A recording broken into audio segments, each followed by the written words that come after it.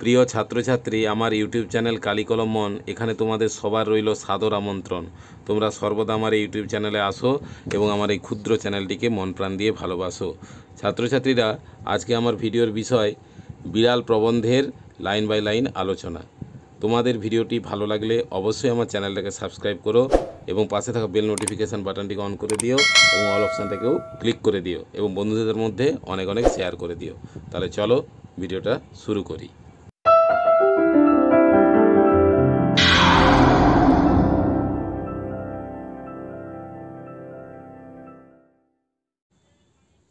বিড়াল।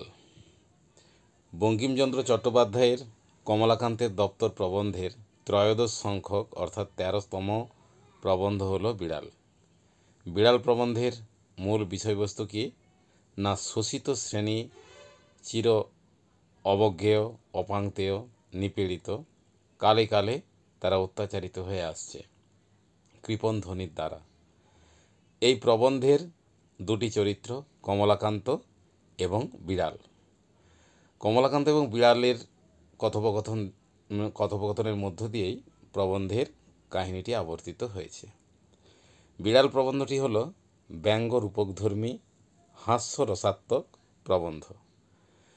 এখানেও প্রতিটি লাইনে এমসিকিউ আছে, তাই ছাত্রছাত্রীরা তোমরা লাইন বাই লাইন দেখে যাও, আমি পড়ে চলেছি। তাহলে চলো শুরু করি। আমি শয়নগৃহে চারপাইয়ের উপর বসিয়া হুঁকা হাতে ঝিমাইতেছিলাম।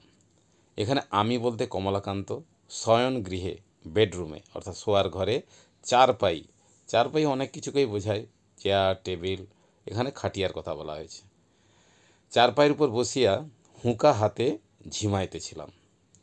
তাহলে মনে রাখবে ছাত্রছাত্রীরা যে কমলাকান্ত কোথায় বসেছিল? শয়নগৃহে। কিসের উপর? চারপাইয়ের উপর। চারপাইয়ের উপর বসে কি হাতে ঝিমোচ্ছিল? হুঁকো, তামাক নয়, হুঁকো, মনে রেখো। হ্যাঁ, কি হাতে? হুঁকো হাতে। হ্যাঁ, চারপাই কোথায় বসেছিল? শয়নগৃহে। আরেকটা মনে রেখো যে কমলাকান্তের দপ্তরের বিড়াল প্রবন্ধটি কোন সর্বনাম দিয়ে শুরু হয়েছে, এটাও তোমরা মনে রেখো। কোন সর্বনাম? না, তোমরা দেখতেই পাচ্ছ, আমি সর্বনাম দিয়ে শুরু হয়েছে। হ্যাঁ, এটা মনে রেখো। তাহলে আমি শয়নগৃহে চারপাইয়ের উপর বসিয়া হুঁকা হাতে ঝিমাইতেছিলাম। একটু মিটমিট করিয়া ক্ষুদ্র আলো জ্বলিতেছে, দেয়ালের উপর চঞ্চল ছায়া প্রেতবৎ নাচিতেছে। একটু তন্দ্রাচ্ছন্ন কমলাকান্ত। একটা আলো মিটমিট করে জ্বলছে, দেয়ালের উপর তার কোনো কিছুর একটা চঞ্চল ছায়া, মানে ছায়াটা চঞ্চল, সেটা কেমন নাচছে? প্রেতনি যেমন নাচে সেটাকে বলা হচ্ছে প্রেতবৎ নাচিতেছে। তাহলে দেওয়ালের উপর ছায়াটা কেমন ছিল? চঞ্চল। সেই চঞ্চল ছায়া কিসের মতো নাচছে? প্রেতের মতো। হ্যাঁ, আর আলোটা কেমন জ্বলছে? মিটমিট করে। এগুলো সব মনে রাখবে, মিটমিট করে এমসিকিউ আসবে। আহার প্রস্তুত হয় নাই, এজন্য হুঁকা হাতে নিমিলিত লোচনে আমি ভাবিতেছিলাম যে খাবার প্রস্তুত হয়নি, কমলাকান্তের কোনো খাবার প্রস্তুত হয়নি, ওই জন্য হুঁকা হাতে নিমিলিত লোচনে মানে চোখ বুজে আমি অর্থাৎ কমলাকান্ত ভাবতেছিলাম যে আমি যদি নেপোলিয়ান হইতাম। যারা নেশাগ্রস্ত থাকে তাদের মধ্যে অনেক রকম চিন্তাভাবনার উদয় হয়, সেরকম কমলাকান্তেরও একটি চিন্তাভাবনার উদয় হয়েছে। কি না, তিনি বলছেন যদি আমি নেপোলিয়ন হইতাম তবে ওয়াটারলু যুদ্ধ জিতিতে পারিতাম কি না, সে বিষয়টা সে ভাবছে। হ্যাঁ, তাহলে এখানে মনে রাখবে যে নেশাগ্রস্ত অবস্থায়, তন্দ্রাচ্ছন্ন অবস্থায় কমলাকান্ত কোন সম্রাট হওয়ার কথা ভেবেছে? না, নেপোলিয়ন হলে সে কোন যুদ্ধ জিততে পারত? ওয়াটারলু যুদ্ধ। ওয়াটারলু যুদ্ধ মনে রেখো। এমতো সময় একটি ক্ষুদ্র শব্দ হইল, ম্যাও। অর্থাৎ ম্যাও কিসের শব্দ? আমরা সবাই জানি বিড়ালের শব্দ। চাহিয়া দেখিলাম, হঠাৎ কিছু বুঝিতে পারিলাম না। প্রথমে মনে হইল ওয়েলিংটন হঠাৎ বিড়ালত্ব প্রাপ্ত হইয়া আমার নিকট আফিঙ্গ ভিক্ষা করিতে আসিয়াছে। ওয়েলিংটন কে?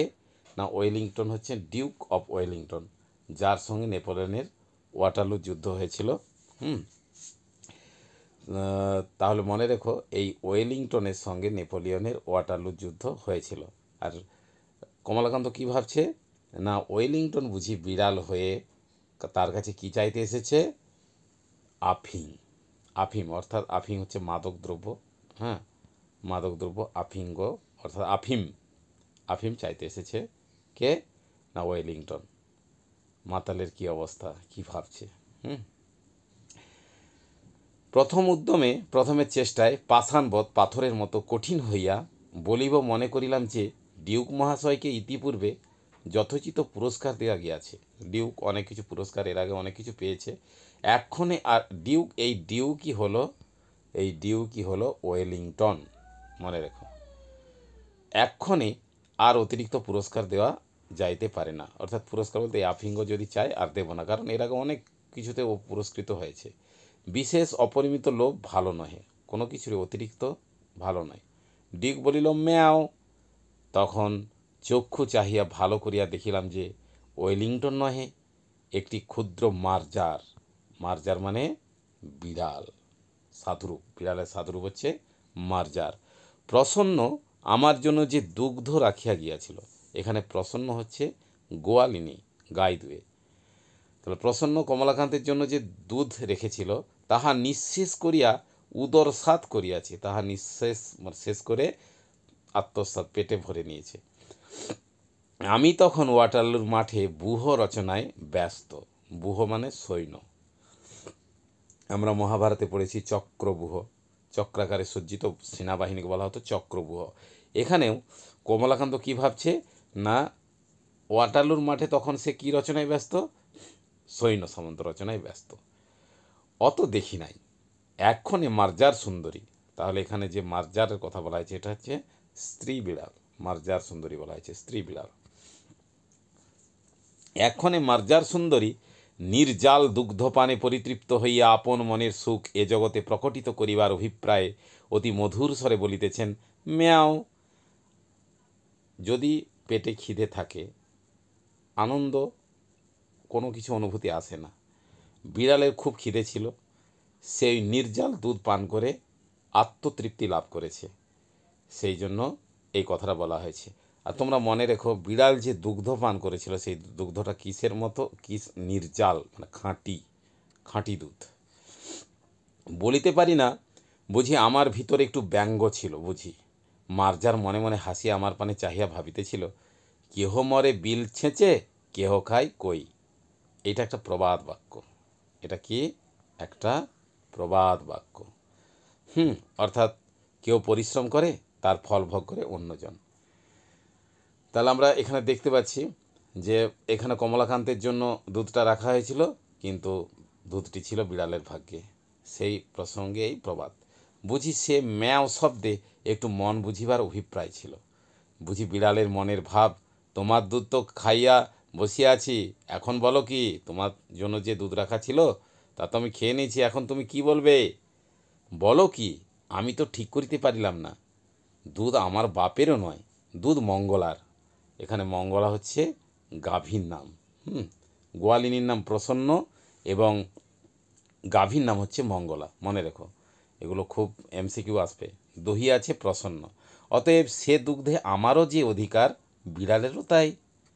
তাহলে দুধটা তো গাভীর, তাহলে সেই দুধে কমলাকান্তের যতটা অধিকার আছে, বিড়ালেরও তাই আছে। বিড়াল এই যুক্তি খাড়া করেছে।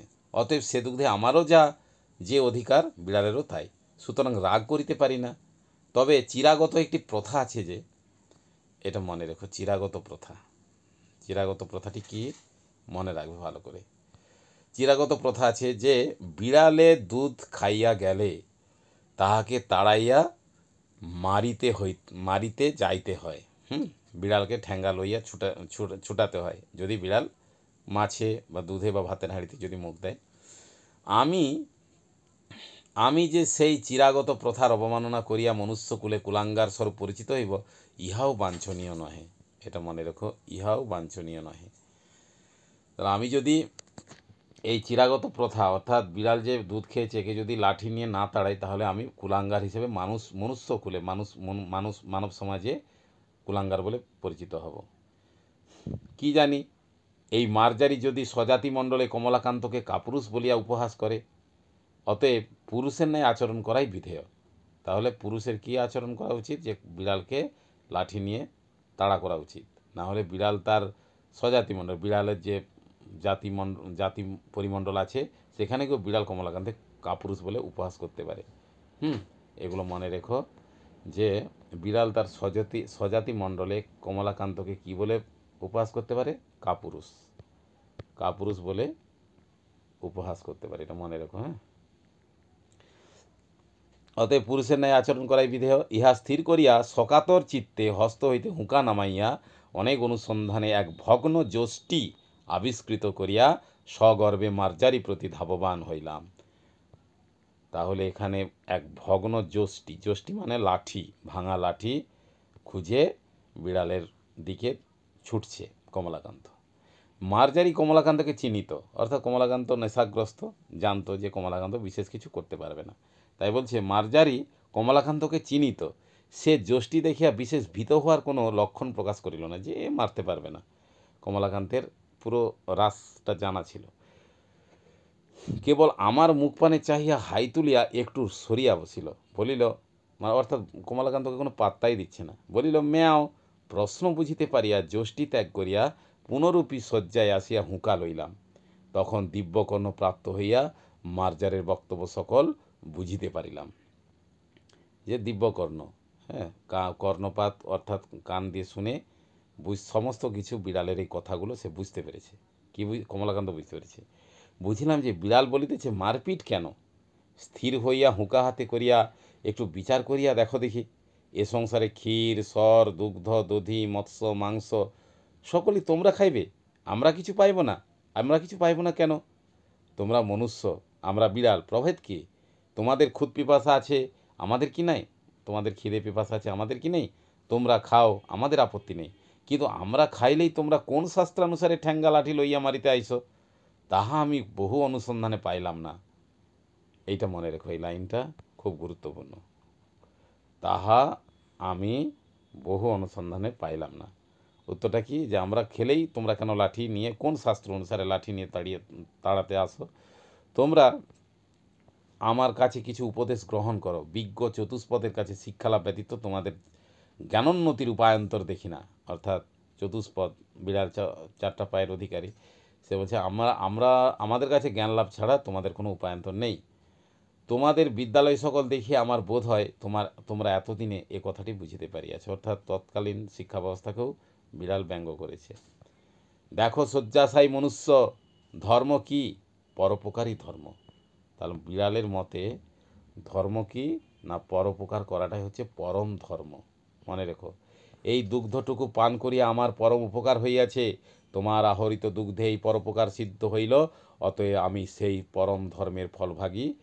আমি চুরিই করি আর যাই করি, আমি তোমার ধর্ম সঞ্চয়ের মূলীভূত কারণ, অতএব আমাকে প্রহার না করিয়া আমার প্রশংসা করো, আমি তোমার ধর্মের সহায়।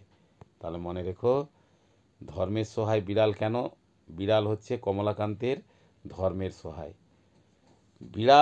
কমলাকান্তের কি করে বিড়ালের দ্বারা ধর্মপ্রাপ্তি হয়েছে না? কমলাকান্ত দুধটাকে জোগাড় করে রেখেছিল, তাহলে কমলাকান্ত সেই দুধটা পান করে কে উপকৃত হয়েছে? বিড়াল। তাহলে এর দ্বারাই বোঝা যাচ্ছে, যেহেতু কমলাকান্তের দ্বারা বিড়াল উপকৃত হয়েছে, সেই জন্য বিড়ালের দ্বারাও কমলাকান্তের ধর্মপ্রাপ্তি হয়েছে। দেখো, আমি চোর বটে, কিন্তু আমি কি সাত করিয়া চোর হইয়াছি? খাইতে পাইলে কে চোর হয়? দারুণ কথা। খেতে পেলে কেউ চোর হয় না, কেউ অভাবে চোর হয়, কেউ স্বভাবে চোর হয়। দেখো, যাহারা বড় বড় সাধু চোরের নামে শিহরিয়া উঠেন, তাহারা অনেক চোর অপেক্ষাও অধার্মিক। এটা মনে রেখো। কি বলল? যে যাহারা বড় বড় সাধু, বড় বড় লোক, অর্থবান, বিত্তবান, তারা বড় বড় সাধু, চোরের নাম শুনলে তাদের গা শিউরে ওঠে, আসলে তারাই বেশি অধার্মিক। বেশি অধার্মিক, মনে রেখো। তাদের চুরি করিবার প্রয়োজন নাই বলিয়াই চুরি করেন না। দারুণ কথা। তাতে আছে অনেক কিছু, পর্যাপ্ত আছে, তাহলে তারা চুরি করবে কেন? তাদের আছে বলেই চুরি করে না। বিড়ালের নেই তাই করে না। শোষিত শ্রেণী, বঞ্চিত যারা, গরিব, নিঃস্ব, তাদের থাকে না বলেই তো তারা চুরি করে। এতে কাদের দোষ? যাদের অনেক কিছু আছে তারাই দোষী, কারণ তারা যদি সম্পদটাকে গরিবের মধ্যে বন্টন করে দিত তাহলে গরিব মানুষ চুরি করতো না। কিন্তু তাহাদের প্রয়োজনাতীত ধন থাকিতেও চোরের প্রতি যে মুখ তুলিয়া চাহেন না, ইহাতেই চোরে চুরি করে। তারা চোরে চুরি করে কেন? না, ধনীর প্রয়োজনের বেশি সম্পদ থাকলেও তারা চোরের দিকে বিলিয়ে দেয় না, গরিব মানুষকে বিলিয়ে দেয় না। অধর্ম চোরের নহে, চোরে যে চুরি করে সে অধর্ম কৃপণ ধনীর। তাহলে মনে রেখো, চোরে যে চুরি করে সে অধর্ম চোরের নয়, কার? কৃপণ ধনী। কৃপণ বলা হয়েছে কেন? যে কোনো কিছু অতিরিক্ত কিছু থাকতেও সে বিলিয়ে দেয় না, দান করে না, সেই জন্য তাকে কৃপণ বলা হয়েছে। তাহলে চোরে যে চুরি করে সে অধর্মটা চোরের নয়, কৃপণ ধনী। এটা মনে রেখো। চোর দোষী বটে, কিন্তু কৃপণ ধনী তদপেক্ষা শত গুণে দোষী। এটা মনে রেখো, দারুণ লাইন। হ্যাঁ, চোর দোষী বটে, কিন্তু কৃপণ ধনী তার চেয়েও অনেকাংশে দোষী। চোরের দণ্ড হয়, চুরির মূল যে কৃপণ তাহার দণ্ড হয় না কেন? দারুণ কথা। চোরের দণ্ড হয়, চোরের শাস্তি হয়, কিন্তু চোরের যে চুরি করার যে কারণ, সেই কারণ হচ্ছে কৃপণ ধনী। সেই কৃপণ ধনীর শাস্তি হয় না কেন? অর্থাৎ কৃপণ ধনী সে তার সম্পদকে কুক্ষিগত করে রেখেছে, তার প্রয়োজনের চেয়ে অনেক বেশি সম্পদ তার মধ্যে আছে, কিন্তু সে যদি নিঃস্ব অসহায় মানুষকে একটু দান করে দিত তাহলে তারা কি চুরি করত? দেখো, আমি প্রাচীরে প্রাচীরে ম্যাও ম্যাও করিয়া বেড়াই, কেহ আমাকে মাছের কাঁটাখানাও ফেলিয়া দেয় না। মাছের কাঁটা পাতের ভাত নর্দমায় ফেলিয়া দেয়, জলে ফেলিয়া দেয়, তথাপি আমাকে ডাকিয়া দেয় না। এটা কিন্তু ঠিক, যার অতিরিক্ত আছে সে বেশি নষ্ট করে কিন্তু নিরন্ন মানুষগুলোকে কখনো বিলিয়ে দেয় না। বিড়ালের এই কথার মধ্যে কতটা যৌক্তিকতা আছে। ধনী মানুষেরা কি করে? মাছের কাঁটা পাতের ভাত নর্দমায় ফেলে দেয়, তবু বিড়ালকে ডেকে কখনো দেয় না। হ্যাঁ, আমার পেটের ক্ষুধা কী প্রকারে জানিবে? তোমাদের পেট ভরা, আমার পেটের ক্ষুধা কী প্রকারে জানিবে? যে কষ্ট পায় অন্যের কষ্টটা সে অবশ্যই বুঝবে। যার পেটে খিদে নেই সে অন্যের খিদে কী করে বুঝবে? এই কথাটাই বলছে। হায়, দরিদ্রের জন্য ব্যথিত হইলে তোমাদের কি কিছু অগৌরব আছে? আমার মতো দরিদ্রের ব্যথায় ব্যথিত হওয়া লজ্জার কথা সন্দেহ নাই, কারণ দরিদ্র যারা, নিঃস্ব যারা, তাদের কথা ভাবলে ধনী লোকের আত্মসম্মানে বাধে। যে কখনো অন্ধকে মুষ্টি ভিক্ষা দেয় না সেও একটা বড় রাজা। অবশ্যই এখানে বলছে, এখানে এটাই কথায় যে যারা রাজা তারাও দান করে না, তারা ভিখারিকে ভিক্ষা দেয় না। তাদের তো এত আছে, ভিখারিকে যদি এক মুঠো অন্ন দেয় তার কি তার সম্পদ কমে যাবে? ফাঁপড়ে পড়িলে রাত্রে ঘুমায় না, সকলেই পরের ব্যথায় ব্যথিত হইতে রাজি। এটা ব্যঙ্গাত্মক কথা। তবে ছোট লোকের দুঃখে কাতর, ছি কে হইবে? এতটাই থাক।